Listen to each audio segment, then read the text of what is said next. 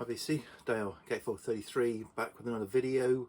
So this is a finds video, I'm going to say, of a sort. So anyone who wants to see rare and exciting sort of contemporary rock, pop, or anything related, interesting car boot sale finds, you can leave now. This is more of a tale of how I ended up with some stuff at a car boot sale this Sunday, almost by accident. So if you stay with this, we'll be here for a little while, but it's a bit of a meander, and let's get on with it. So yeah, so I was at the car boot sale on Sunday, and nothing really, found nothing. And then I was kind of going down one of the kind of aisles of cars and saw some boxes of records. I went over, had a look, and it was normal kind of house, sort of records when you're clearing out the house of an elderly relative who's passed away. It was that stuff, and there was nothing of interest, nothing I would have paid 50p for, but they were in some quite nice retro boxes. And even talking to the woman who had the records, and thinking that they were her late aunts, I said, the boxes are quite interesting. She said, yeah, I thought they were more interested than any of the records. So anyway, a little bit of negotiation. I wanted to buy the boxes. Don't know why. out of interest, I ended up having to buy everything. So there was about, I don't know, getting on for 200 records to get these 4 retro boxes and a couple of cardboard boxes of stuff. And I had to lug it all back to my car, took a couple of trips, bring it all home, when really all I wanted at the end of the day was some of these quite nice condition, retro with nice sort of lining, nice condition. There was one of those, there were a couple of these, as I said, in nice condition with the keys and everything, and one even more kind of retro box.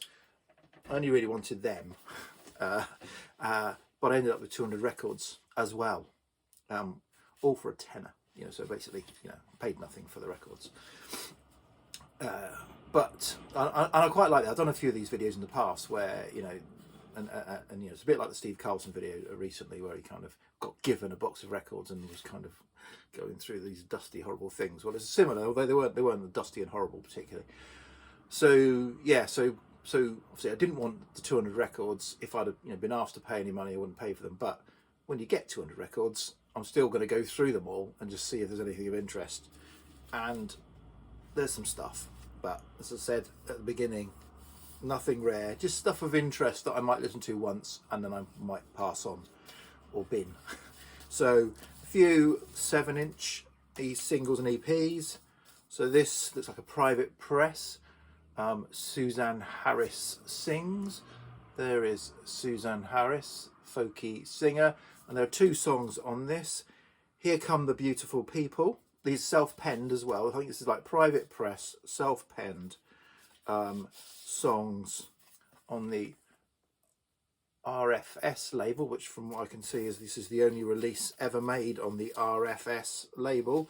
And these are almost like she's probably the Greta Thunberg of her day, because the 2 songs, Here Come the Beautiful People, which is all about, this is 1970 from what I can tell, all about, the people who wear the furs and the alligator shoes and all of that, what they are doing, killing off all these animals who died for them to kind of wear this fashion. And then the other, We're Using Up the World, is about how we are consuming the world's resources and leading the planet to destruction, which, 1970, that's what this young woman from America was singing about.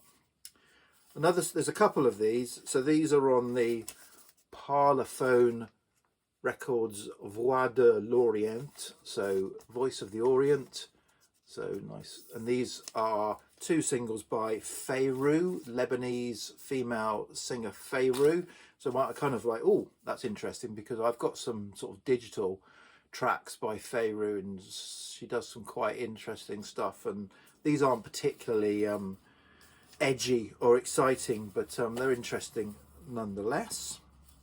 Pink Panther EP, Henry Mancini, so 4 tracks from the soundtrack, quite nice to have, a bit stained unfortunately.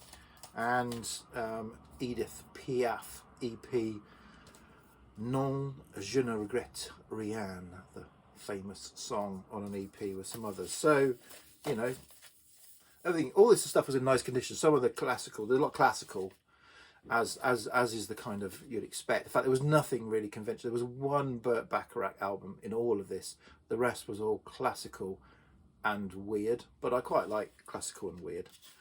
So couple of 10-inch. So here you go. So sort of Music of Africa series, Guitars of Africa. A lot of these I haven't even done anything with yet. Some I've kind of cleaned and test played.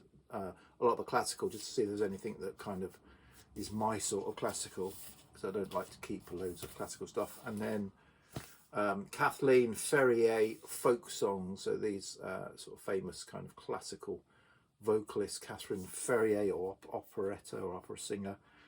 Yeah, Ma Bonnie Lad, a lot of sort of Northumbrian and Irish folk songs on a 10-inch on Decca label. So again, probably give that a listen and pass it on. And then in the LPs, again, King Kong. This is a South African press, all African jazz opera.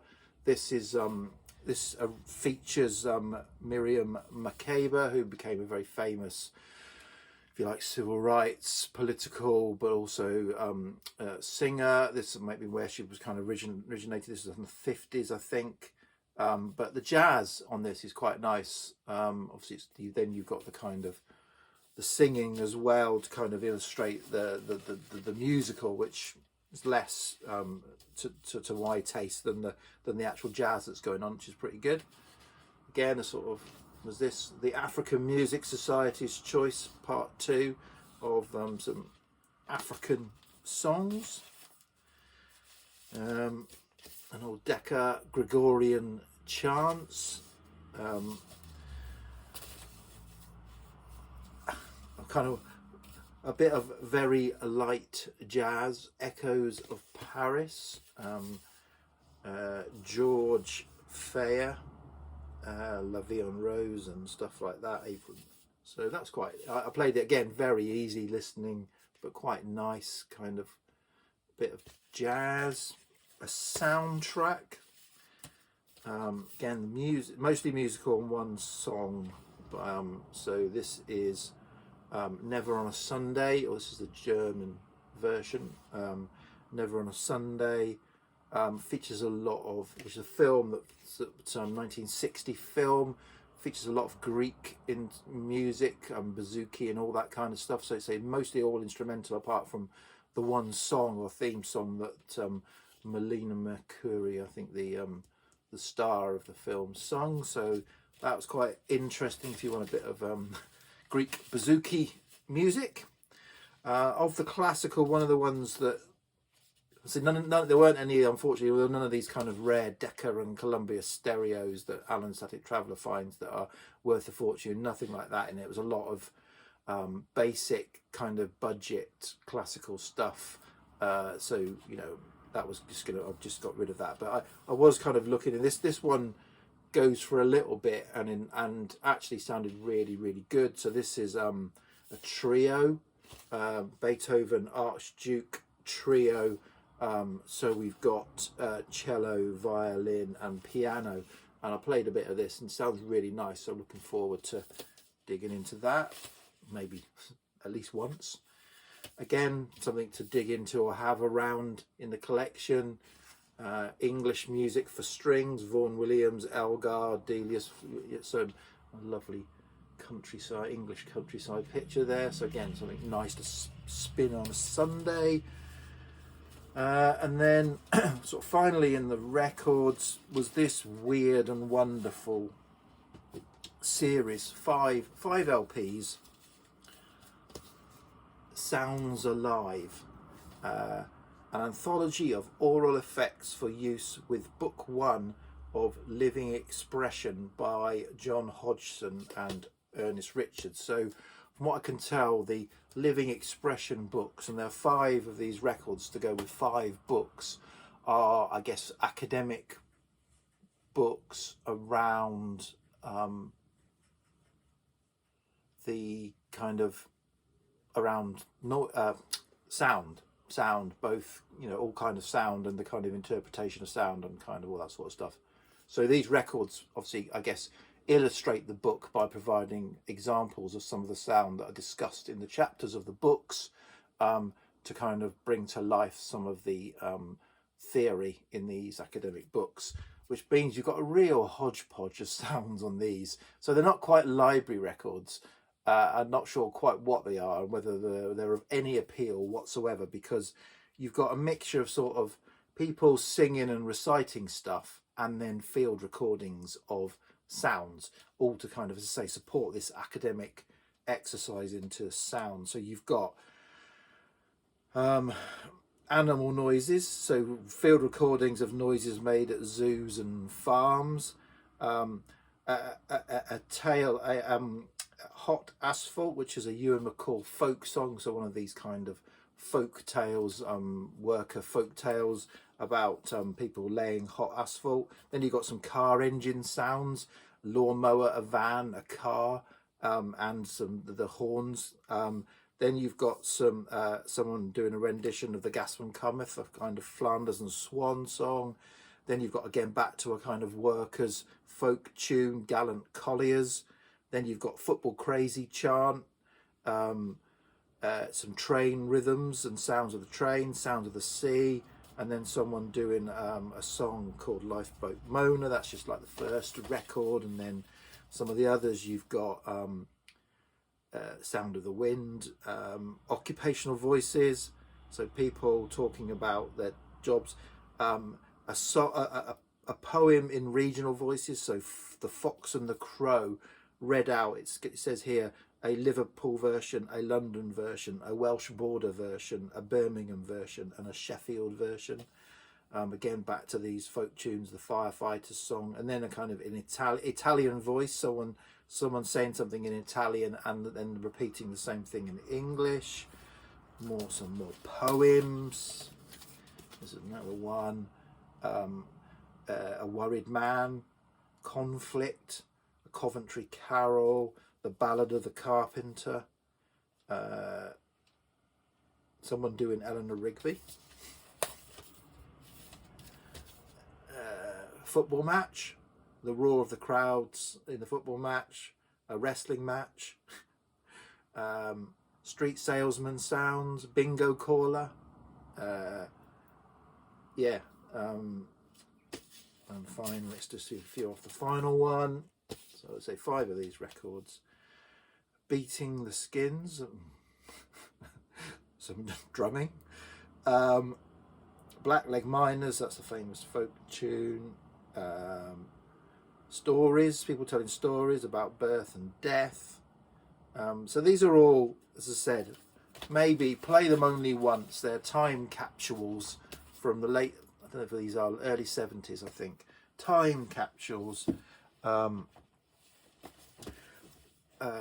That I just thought, that sounds for nothing. Just before I throw them away with everything else I've thrown away. Then there's a couple of box sets. So there's this box set of instruments of the Middle Ages and Renaissance. So it's a 2-album set with a, as it says here, a lavishly illustrated book. So it's got a real huge book. So everything you'll ever want to know by the kind of musician and historian David Munro, who kind of put this together. So, again, I may flick through that once and get rid of it. And then finally, an example of some of these, these are a lot of box sets. This is a very nice, by Time Life Records, The Story of Great Music. This is the Baroque era. So it's got a lot of Baroque era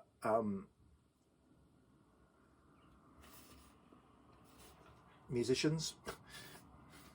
What are they called? composers. That's the word, composers. It's in a lavish. This is a this is one of your slipcase. This is a what would this cost today? This is one of your